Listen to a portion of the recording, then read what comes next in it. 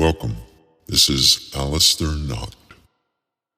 From 1972 to 1990, the United States CIA studied cognitive abilities used in counter warfare. The study focused on psychic abilities, especially ESP. In recently unclassified documents, it has been shown that the program had 85% success rate. The objectives of this program were quite simple. Could a person, through the mind's eye or third eye, see things, describe things, and draw things that were accurate with a certain location of which they had never been to, involving things they had never seen, which had motives that they were totally unaware of?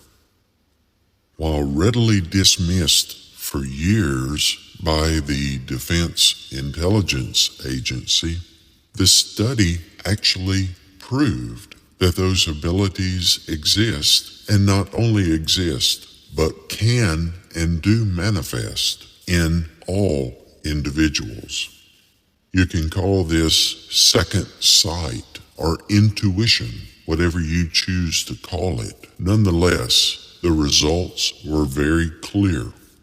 Human cognitive ability goes well beyond what science has discovered until that point in history. This revelation in itself goes to the very essence of what we are doing together, you and I, in developing your cognitive abilities. Will you ever be proficient at foretelling the future? Maybe not. After all, we are all born with certain strengths and weaknesses. For each talent, there is also a drawback or a stumbling block. What we must do as Satanists is to draw upon those strengths, and more especially to draw upon those beyond the veil to help us develop those strengths. Here recently, I've had several people leave our group simply because they said they were not getting anywhere in their development. So, these individuals will go to other groups, perhaps even to atheists, who will take their money and give them absolutely nothing in return. So they will go from situation to situation to situation, seeking what they want and need to find. However, they will not fully realize their cognitive ability because they simply do not believe. In order to open our minds as Satanists, we must understand that the world is governed by science. However, there are some things that science cannot define nor control. Up until 100 years ago or so, we did not understand nor truly appreciate what bacteria could do to the human body. Does this mean that bacteria did not exist? Certainly not. It has been around as long as humans have been around. The fact that we were not consciously aware of it or could not see it, did not possess the tools to protect against it and use it to our benefit, does not mean that it was not there. I am amazed at such luminaries, very educated people who hold advanced degrees, who will easily say We know everything there is to know about science, and things like ESP and cognitive mind control simply do not exist. What arrogance! And it is for that reason that these individuals will never move beyond their limited perceptions into true enlightenment. After all, how can you harness, define, or take advantage of something that you simply do not believe exists? It is absolutely detrimental. As long as you do not believe, you will never understand. We as humans are flock animals, just like sheep. And we go from one place to another looking for others to solve our problems or make us happy or give meaning and fulfillment to our lives. Meanwhile, the answer is inside our own mind. But we refuse to believe that we have any power or authority over our reality or our future. That is truly sad. There is a world beyond our world that is available to help, but you must believe in your own ability, and you must believe in that ability as well. The absence of that belief is going to lead you, the individual, to the same place that you have gone over and over again in failing to fully realize your potential as a cognitive being. We use magic, we use alchemy, we use these different sciences and arts in order to form our reality. And if you do not believe you can change those things, then I promise you, you never will. After all, how can the human mind, as limited as it sometimes is, truly grasp those things in which it does not believe? For those individuals, I wish them well, and I bear no hard feelings. This information I provide, whether a person decides to use it or has the cognitive ability to use it, is totally up to them.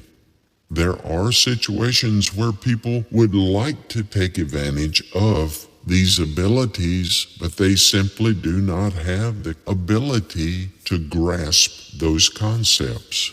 And this is certainly not a derogatory statement. It just means that we are all given certain attributes. And with those strengths, obviously, we have weaknesses as well.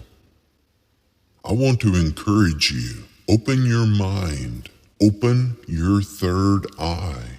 Go back to the material that I have presented. Reassess. Ask for those beyond the veil to come and help facilitate your increase in cognitive awareness, and your abilities will improve. Your overall competence will improve. And that having been said, you will benefit, and benefit greatly, by changing your reality. Everything begins in the mind. You must clear your mind, open your mind, and allow it to be filled like an empty vessel with some things that you agree with and some things you don't. However, you should consider each and everything and ask, what is it within itself? It may be counterintuitive to do this, but you must clear the bias. You must go in totally objective, for to do any less is going to disserve you as the practitioner. Don't fall into that preconceived notion trap. A prejudice is no less a prejudice even if it is turned against oneself. Believe in yourself. Believe in your abilities. Follow the path that I have laid out, and you will come to find your reality is in fact changing. Lay the things of the physical world down long enough to develop the temporal nature that will allow you to move onto the astral plane, and you will be able to see and comprehend things that you have never dreamed of, all of which will enlighten your life and improve your gnosis. Think about these words and truly consider if you are in fact following this recipe for success. If you are not, it may be time for you to stop and truly take an assessment of where you are and where you are wanting to go and how you are planning to get there. A map is no good if you cannot find a way around a roadblock. You cannot simply stop the trip because there is a barrier in your path. Think about where you want to go, and if you are stagnating in your movement along your journey, do something about it. Remove those roadblocks and proceed along your journey with a renewed awareness of where you are going and how you are going to get there. Those demons on the other side of the veil are there for your counsel. Take advantage of that situation. You cannot do it alone. You must believe in yourself, but you also must believe that you have inherent limitations.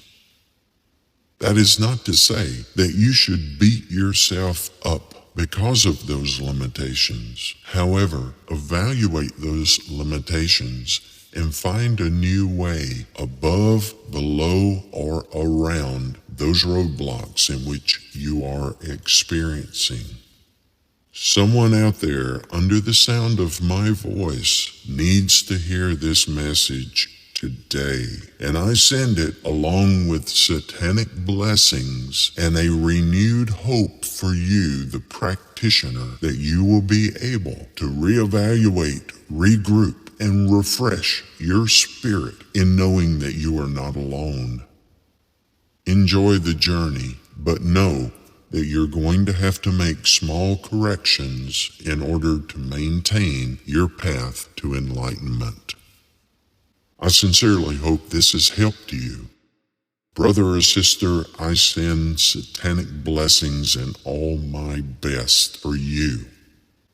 Until next time, this has been Aleister Nacht. Hail Satan.